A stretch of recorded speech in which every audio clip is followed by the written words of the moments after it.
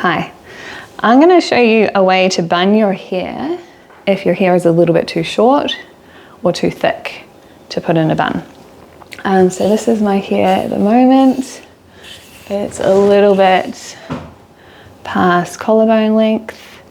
Armpit length is about there from the back and just a bit past shoulder.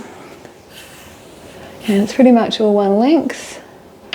And it's been 7 months, no trims, and the ends aren't looking too bad. All right, so my favorite bun is a lazy wrap bun. Well, the sun just came out, but my hair is just a little bit too short for it.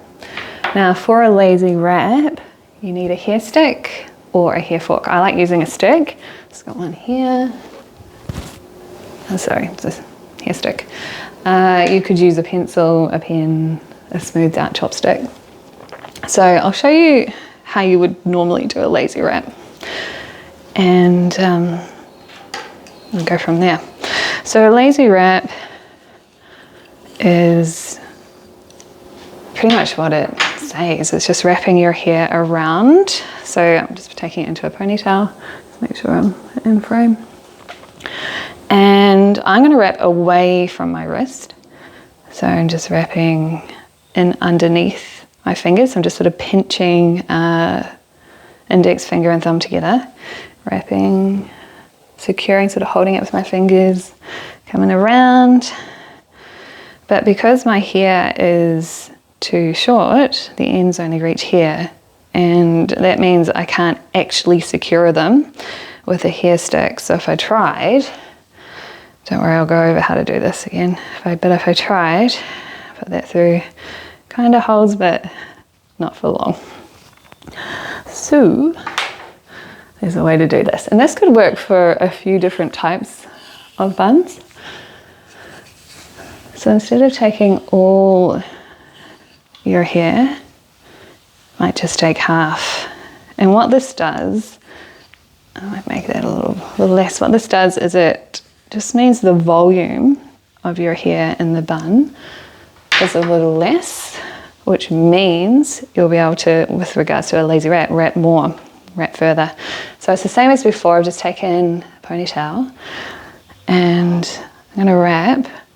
And again, because I don't have as much hair, I'm going to be able to wrap a lot further. So it's wrapping, I'm coming in under the thumb now, so my ends are now here. So heaps to grab onto. But what about the rest of the hair? You do, let's give it a bit of a brush up, comb up.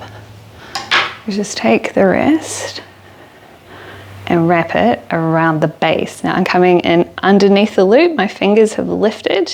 They're still holding the loop. I've just lifted that to get the hair around. And sort of holding it with my fingers. Keep wrapping. So I'm just wrapping in underneath the loop. Making sure that's not too bad.